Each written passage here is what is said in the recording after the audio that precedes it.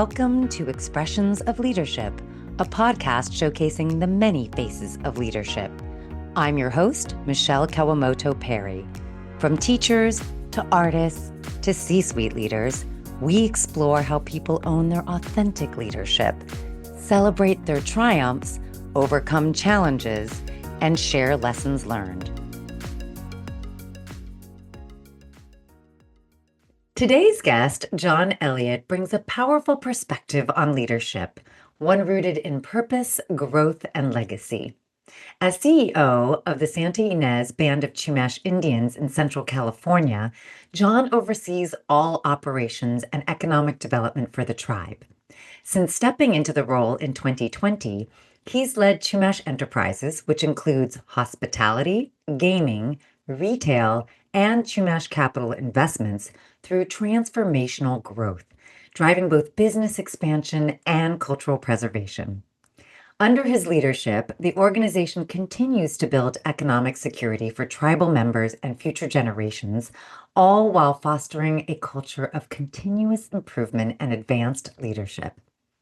Grounded in his Christian faith and guided by his personal leadership philosophy, listen, look, learn, lead, legacy, John is a steward of not only the Chumash Enterprises mission, but also the long-standing cultural heritage of the tribe.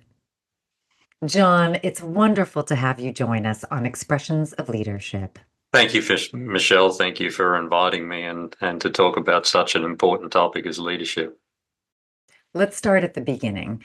What first drew you to business and leadership? Was there a particular moment early in your career that made you realize leadership was where you wanted to make an impact?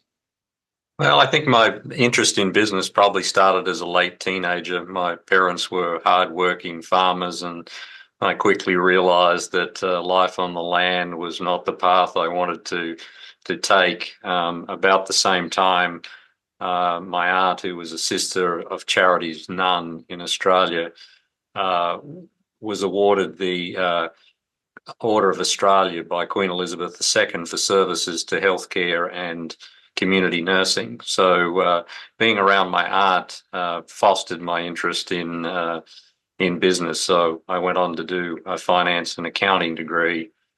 Having joined the accounting and consulting firm Anderson, I guess my interest in leadership as something I wanted to make an impact in developed as I was involved in recruiting many graduates and training those graduates, and I started to take pride and get motivation from how their careers blossomed and grew. And then as I reflected a little more deeply on the meaning of consulting and what we really were doing, it occurred to me that what we were doing was helping to change society. It was much bigger than just helping some organization with particular issues. So my interest in leadership impact evolved from there. You spent significant time working internationally in the corporate world and then transitioned to working with sovereign nations like the Chickasaw and Choctaw nations. What unique leadership lessons did you gain that were different from your time in the corporate world? Well, the first one would be there is a significant difference in time horizons. In the corporate world, as you know, they talk about quarterly earnings and they talk about 3 to 5 year planning cycles. In the tribal world, they talk about generational impact. And so a leadership lesson here is defining what a future horizon looks like. The corporate world is also heavily motivated by financial discussions, whereas in the tribal world, whilst financial discussions are important, there's discussion around maintenance of language and culture, education of youth, and healthcare. So the lesson here is about the higher meaning and purpose of work. A personal value of mine is perseverance, the pursuit of goals with determination. Tribes gave me a whole new level of what that meant. as you know, they have experienced a lot of hardship and have been mistreated, and yet they persevered through this to become extremely successful. So the leadership lesson is out of adversity is born courage. And then finally, I'd say the importance of business culture as an enabler of growth. Many commercial organizations talk about values and they're just statements on walls. In tribes, because they have such a strong tribal culture, it is the foundation for the development of successful business culture. And did you find that your experiences with the Chickasaw and the Choctaw Nations helped to prepare you for your role with the Santa Ynez Band of Chumash Indians? Oh, absolutely. I think they prepared me well. I came to the table obviously with a mindset of understanding that planning was not just a short-term horizon, but it was a generational horizon. I came to the table with a renewed sense of what perseverance means, and I came to the table motivated by the inspiration of what we do is much bigger than just delivering financial results. And then you stepped into this CEO role for Chumash Enterprises in 2020, a time of great uncertainty. What was your mindset as you took the helm, and what were the first steps you took to lead effectively? Well, I stepped into the role at the start of 2020, so early January. And as you know, the pandemic there was a little bit of noise in January, and then the noise grew louder in February. And by March, it was sort of full on. So leading up to that time, I came in and I followed my philosophy of listen, look, and learn. So I spent about 4 weeks, 6 weeks, just talking to team members, trying to understand what their challenges were, what their aspirations were, if they could wave a magic wand and change something, what would it be? Um, and I knew through this process, or I learned through this process, that there was a very strong culture labeled as a family culture. People talked about being part of the Chumash family, or being treated like a family member. So I knew there was a rich business culture that could be built on. And so as I set about developing a set of actions to build on that, I walked right into the pandemic.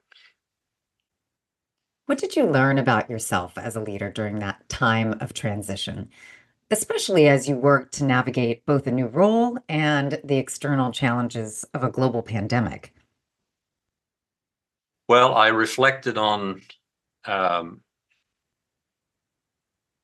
personal hardship that I'd experienced in my life, and I reflected on the hardship that tribes had experienced, and I realized that I had to stay exceptionally calm under pressure, as in times of adversity, people look even more so to leaders to calm the situation. Um, and I witnessed our people, as I tried to stay calm, really step to the plate on this challenge. We had to work out how to close the resort. We had to work out how to reopen the resort. We had to develop programs that we had never seen before, cleaning protocols, surgical masks, technology for screening customers.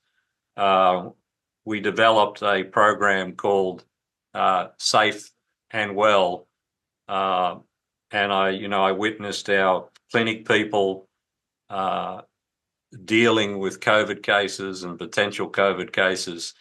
So I think the leadership approach was very much one of staying calm and staying focused on what the issues were day to day. And can you tell us more about the clinic you mentioned? What types of services do you provide and who does it serve? Sure. We have a tribal clinic. The tribe proudly uh, recognized it for 50 years of operations here recently. It was originally founded as a tribal clinic to service tribal healthcare members. So it has dental services and general practitioner doctor services and behavioral health services and chiropractic services um, and optic uh, optometrist services. Today, it also services a large section of the community as well. So it's really a clinic for both the tribal members and the community at large. The breadth and diversity of Chumash Enterprises Holdings is quite impressive, reflecting a strategic vision that reaches across multiple sectors from the medical clinic to hospitality to gaming to capital investments and even manufacturing. How do you balance the complexity of leading such a broad portfolio while keeping everything aligned with the tribe's mission and vision? Well, I think the key is for all operations to understand how they support the tribal vision and mission. So the tribal vision is to be an inspiration to all communities by fostering generational success and cultural preservation. So we went through a process of alignment involving organizational structure alignment, uh, documentation or codification of values, training, including onboarding training, development of departmental purpose or vision statements. So any given department or operation could understand how they contribute to the tribal vision. Values were implemented into our performance appraisal system so we could reward performance based on people who displayed business values in addition to job skills. And we coined the what became known as One Team Chumash. And One Team Chumash was a tagline that means one tribe, one mission, one team, one set of outcomes. I'd now like to turn the conversation to your personal leadership philosophy, which I mentioned in the introduction and you spoke to a bit earlier. This mantra of listen, look, learn, lead, legacy is something that I find really powerful. Can you tell us how you came up with that and walk us through what that philosophy means to you in practice as a leader? Well, I think many leaders believe leadership is about being out front and being a forceful decision maker and making your opinions known. To me, it's always been the opposite. I see my role as standing behind and facilitating people to be their best. Uh, they can, in the words of the Leadership Challenge Framework and book by Jim Kousnas and Barry Posner that I know you're very familiar with, Hmm. it's about enabling others to act. So to do this, I focus on listening to our team through multiple methods. These include an annual team members survey. I focus on listening to teams through what I call the Chumash Forum, which is small group sessions of 6 or 7 people. We have engaged in exhaustive training of leadership training, and 360 feedback is another method of listening. And we also have a two-way communication channel, which we call 3CN or Chumash Change Network, where we have representatives of different departments. So if we want feedback on an issue or we want to communicate an issue, we can communicate it through this channel and elicit two-way feedback in that discussion. So through listening, I get to the second L of observation. What do you observe from what you've been listening to and to what you see? And I learn about the organization and what needs to change, and I can observe successes and failures. So listen, look, and learn is how I lead, the fourth L. And as I tell people, how you lead will be your legacy. So to me, legacy is about making a difference in people's lives, one at a time. This contributes to the tribal vision of fostering generational success by developing future leaders and more capable and resilient businesses. And when you were coming up in the world of business, what was it that helped you realize listening is such a key skill to be honed and emphasized? I don't know that there was any one defining moment in that.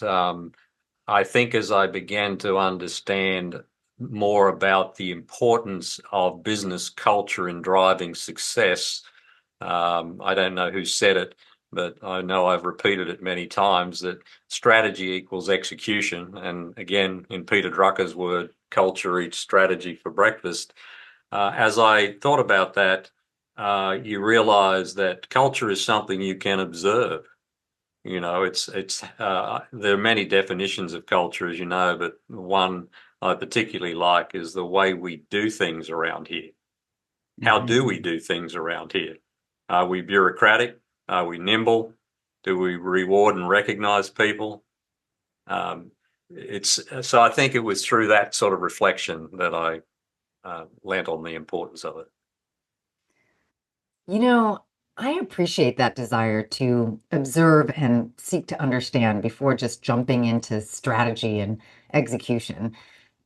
Too often, leaders feel that pressure to be all knowing and key problem solvers because if they aren't, they will be seen as weak or incompetent, that it will somehow make them vulnerable and they will be less respected as a result. But in fact, humility is a sign of good character and of strength. And opening up to the wisdom of the people in the organization, those who are on the front line, interacting with clients and partners, can help you come up with better answers and more effective solutions. Leaders are never going to have the answers. In my experience, the answers usually lie in the organization somewhere. Indeed. Really, the best way to get the full picture is through including the voices of those on the ground and taking into account their experiences. Plus, asking for their perspective helps boost their sense of agency and shows that their contributions are valued. And of course, it leads to more informed decisions for better outcomes. Let's take a short break. When we come back, John shares real stories of challenges he's faced and how he used them to build a stronger organization and a more resilient culture. Stay with us. We'd love for you to be a part of the Expressions of Leadership community. Follow us wherever you get your podcasts and connect with us on Instagram and YouTube at Expressions of Leadership. Welcome back to Expressions of Leadership. We are joined by John Elliott, CEO of Chumash Enterprises. I'm your host, Michele Kawamoto Perry. Now, every great leader faces challenges that test their vision, beliefs, and resilience. Can you share an example of a time when you leaned heavily on your leadership philosophy to lead through a difficult moment? Yes, I think rowing into the pandemic is a very good example. We had a lot of people that were very anxious. Uh, they were anxious about their safety and well-being because we have a property here that when we reopened it, we have thousands of visitors, and of course we all knew about keeping distance and wearing surgical masks and so on. So it was even more important during that period to listen to team members. We set up a health governance team, and we used our communication channels to really understand what was concerning team members and to talk to them about how we were keeping them safe and how our Safe Plus Well program would do that. I think we are a very capital intensive business. And so we make a lot of decisions around how to use capital and how to use it efficiently. And those decisions impact capacity, for example. So if we're going to undertake a project, does it require technology resources? And what capacity do those technology resources have if they have all these other projects? So I think it's been very important as we've developed and refined that process to improve its execution, listening to people about how these projects impact them and what we can change or do to make a difference in that. I'm sure later on in this discussion we'll probably talk about processes as well, but that's an example of something where our execution rate has dramatically improved based on listening and observing people in that process. And when you stepped into this role, did you have a clear vision of the type of culture you wanted to build, or did it evolve organically over time? I knew we had a strong business culture that we touched on before, known as family, or people feeling they were a part of a family that could be built on. So one of the first actions I took post-pandemic was realigning business structures into the Chumash Enterprises as we know today, and the tagline that was adopted of One Team Chumash that I mentioned a little while ago.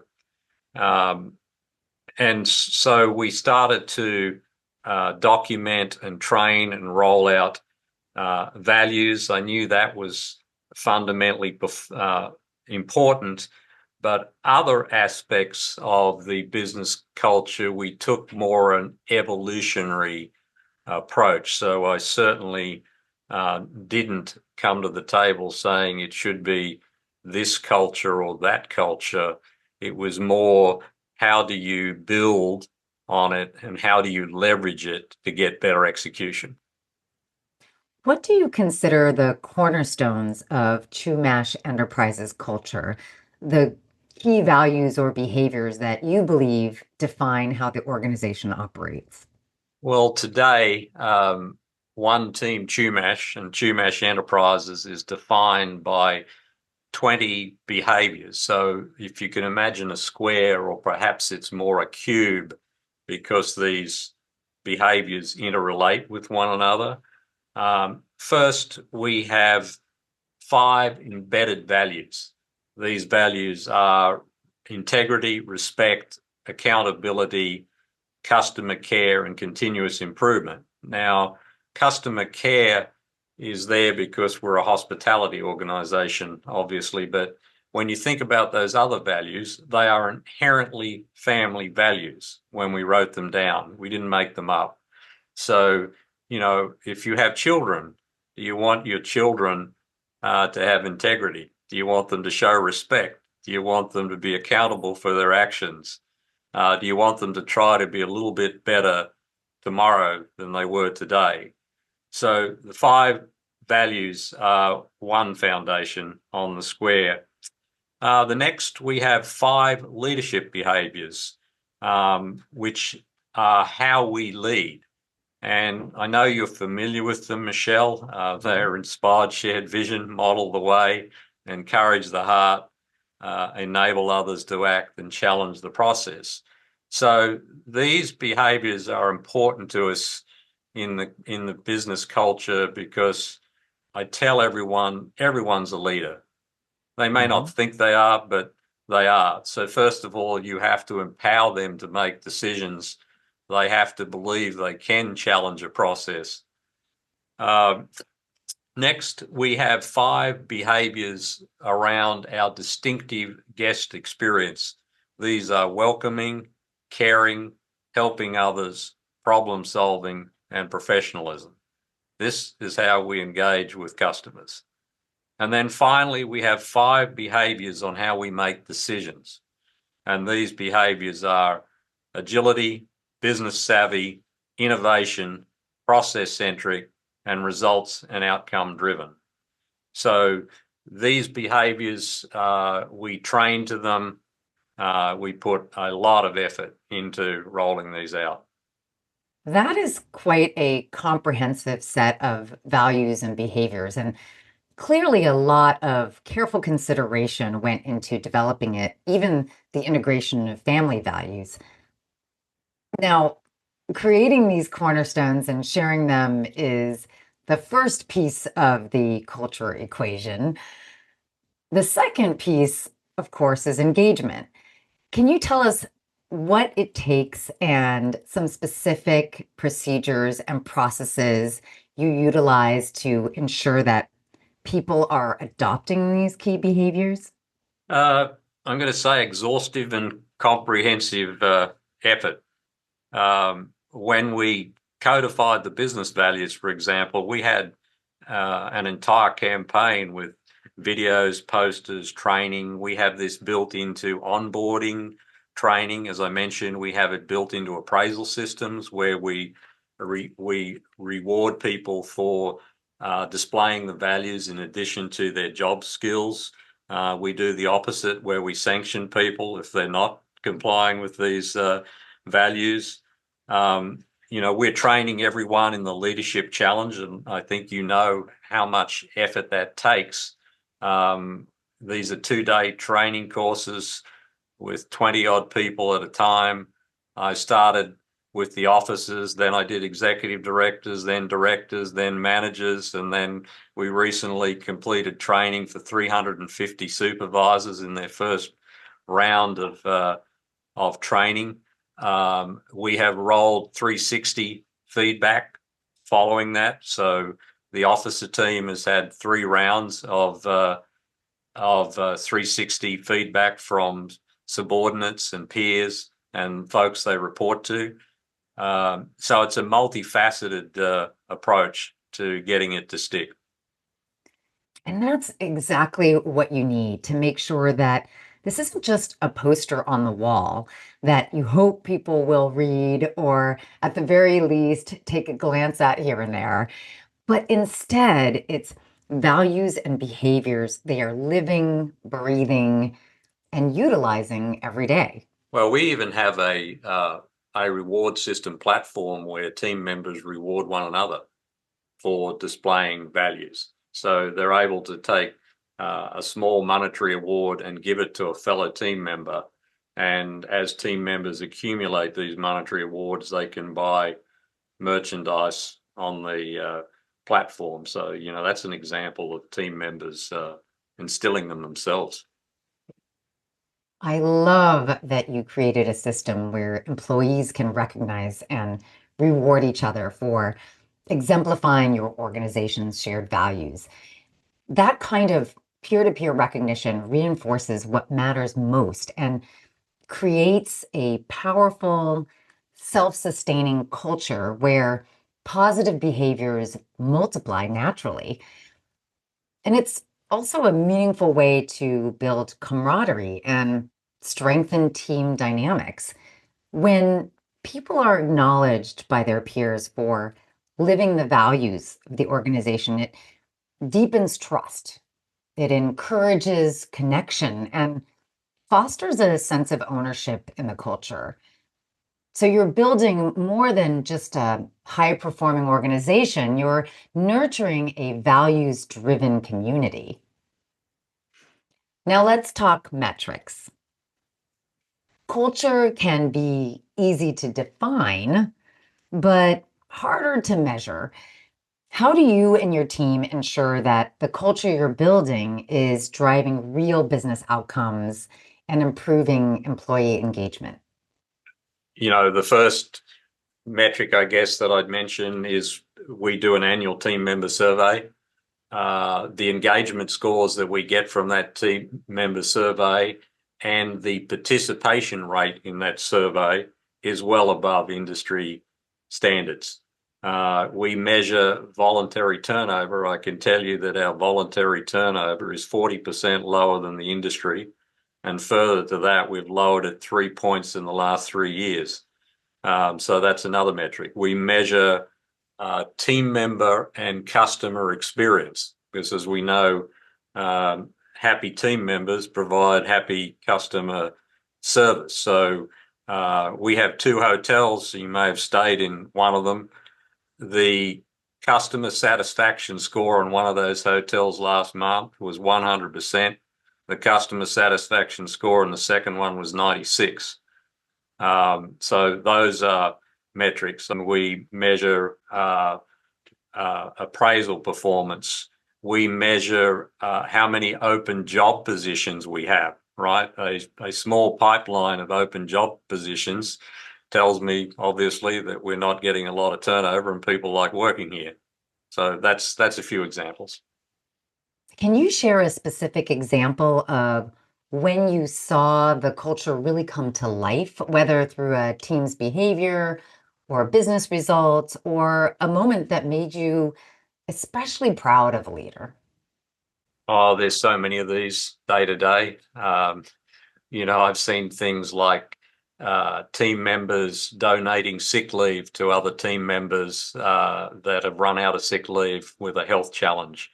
I have seen a team member of their own volition drive a cell phone quite a distance to a customer who left it behind. They weren't asked to do it, they did it.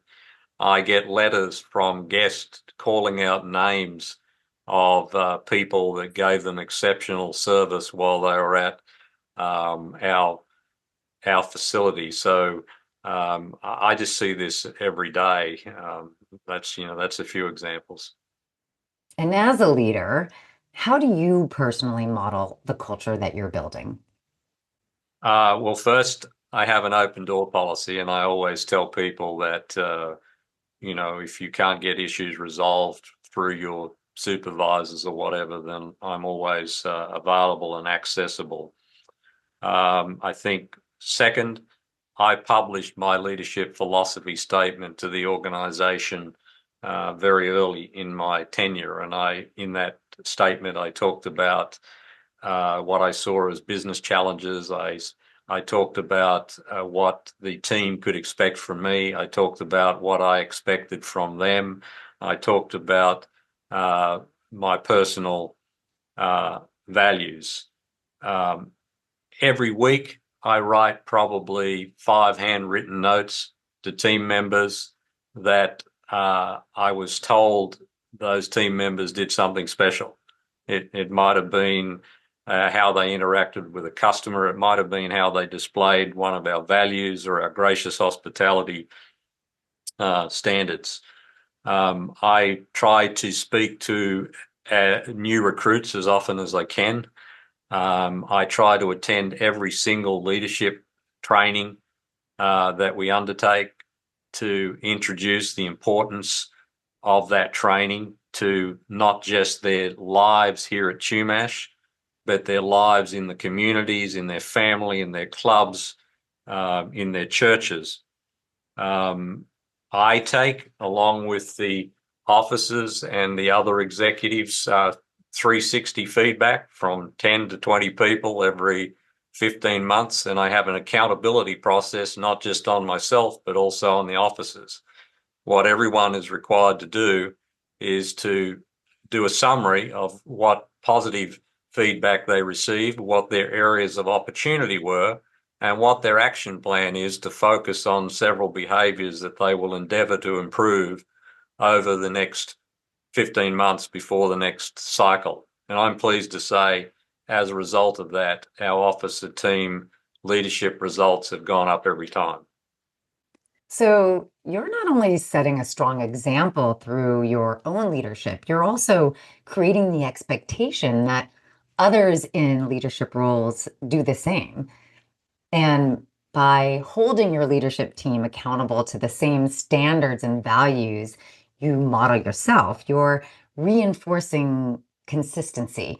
You're also building trust across the organization, and you're sending a clear message that leadership is about integrity and shared responsibility, not about hierarchy or special treatment. And that kind of accountability at the top is what truly shapes culture and drives meaningful, lasting impact. Well, we've been diving deep into leadership with John Elliott. Up next, we're going to talk about one of the key elements of great leadership, the ability to keep learning, evolving, and improving. We'll be right back. By partnering with Expressions of Leadership, you'll reach an audience of professionals passionate about leadership and growth. For sponsorship opportunities, please contact us at letstalk@expressionsofleadership.com. We are back on Expressions of Leadership. I'm your host, Michele Kawamoto Perry. Our special guest today is John Elliott from Chumash Enterprises. Now, you've embedded continuous improvement practices across the organization. What's one tangible way you've seen those practices drive positive business outcomes or strengthen team performance? Oh, again, lots of different ways. Just, for the benefit of your listeners here, we use Lean Six Sigma, and it has a certification at different levels, like yellow belt, green belt, black belt, master black belt. As we speak today, we have about 200 yellow belts, 100 green belts, 11 black belts, and two master black belts. And we've seen things such as room cleaners reduce the time they take to clean rooms. We've seen room cleaners and other team members identify savings with vendors, cash savings.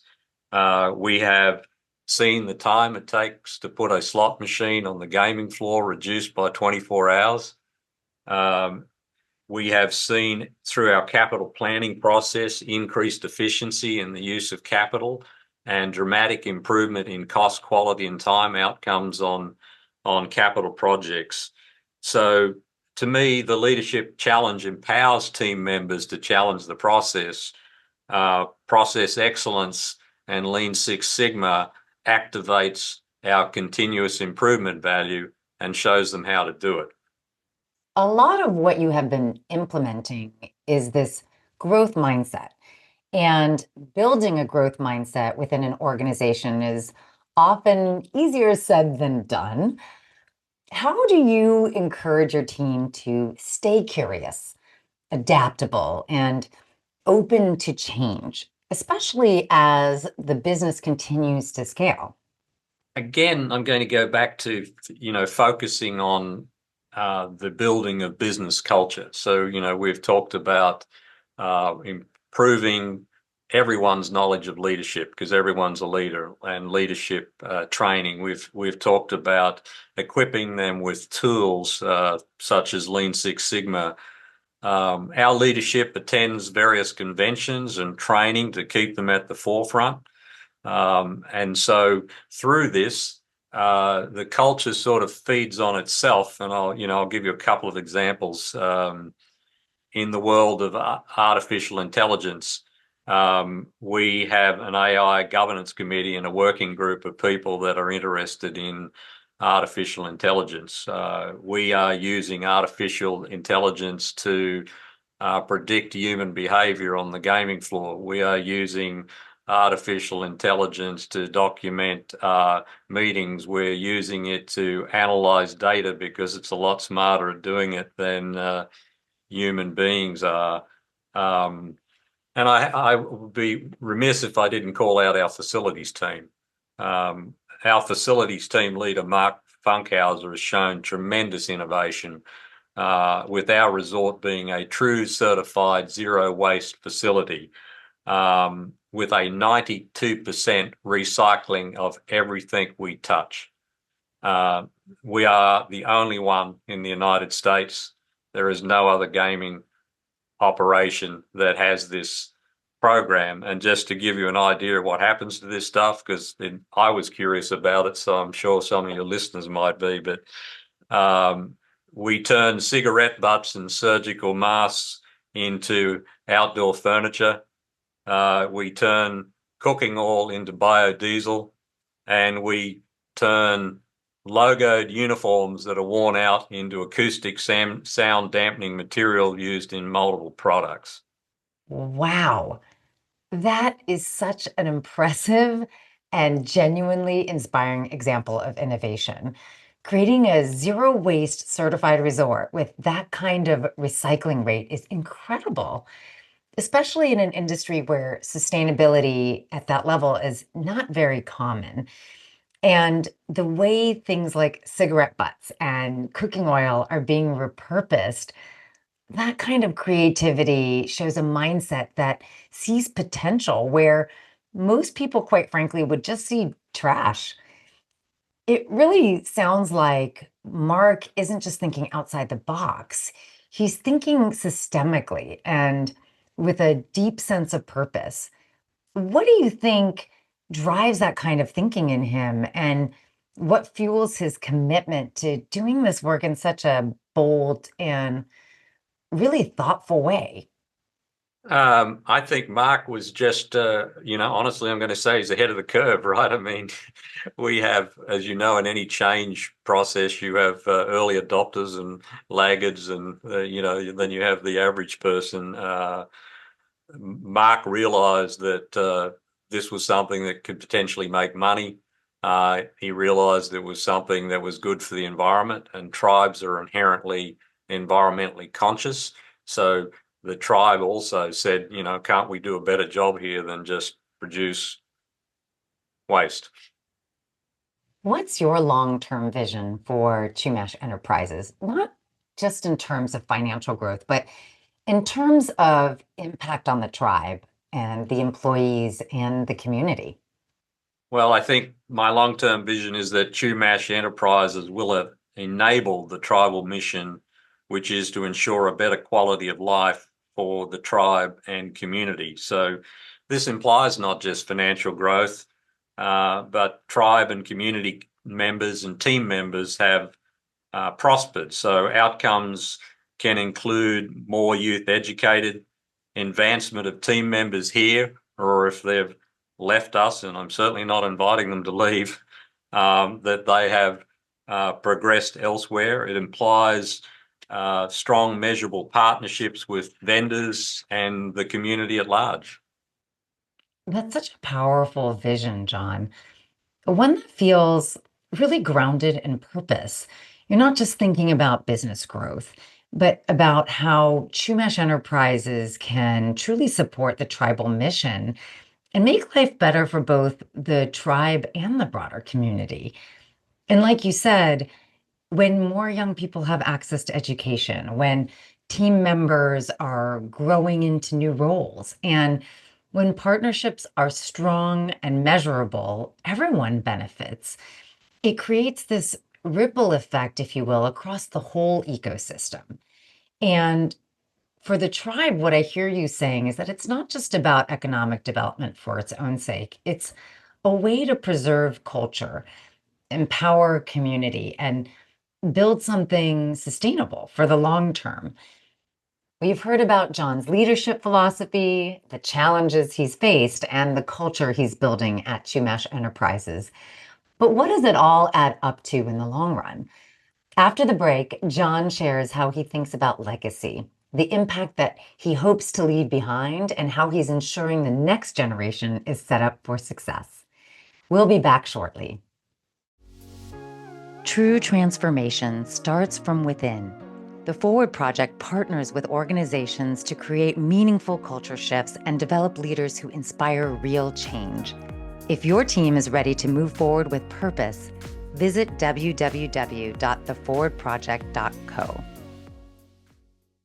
Welcome back to Expressions of Leadership. I'm your host, Michele Kawamoto Perry. We are speaking with John Elliott of Chumash Enterprises. Let's dive deeper into this idea of legacy. Your leadership philosophy emphasizes legacy, both personal and organizational. What does legacy mean to you in the context of Chumash Enterprises and the community it serves? Legacy implies to me that what I leave will be in a better place than what I inherited. It means that Chumash Enterprises will be a more resilient organization, that team members will have further advanced their careers, tribal programs or outcomes will have expanded. And what motivates me is, making a difference in people's lives one at a time. So hopefully there'll be many people that can stand up and say, I had some small part in helping them advance. And when you think about your leadership legacy 10 or 20 years from now, what do you hope people will say about the culture you helped build and the impact you made?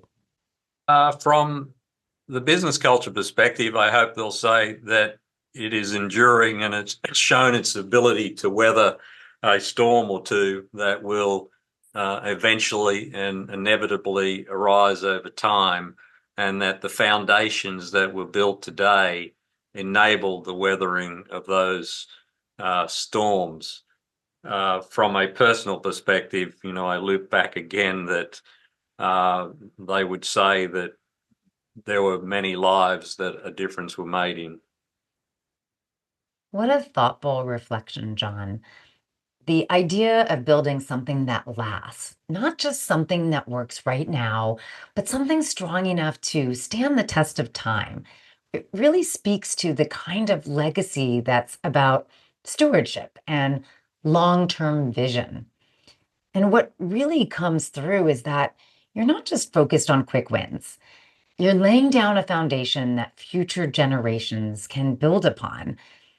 And on a personal note, your hope to have made a difference in people's lives is so much about the kind of leader you are and the heart you bring to leadership.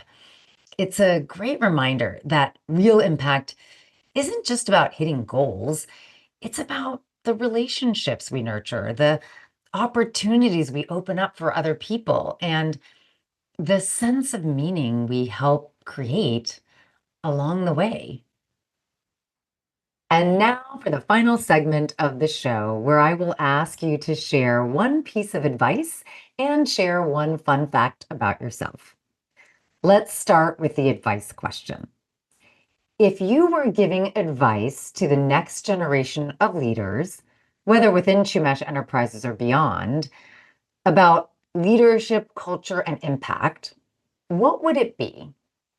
Uh, I would tell them not to be afraid to make mistakes, because that is how you learn and grow, and failure is not fatal.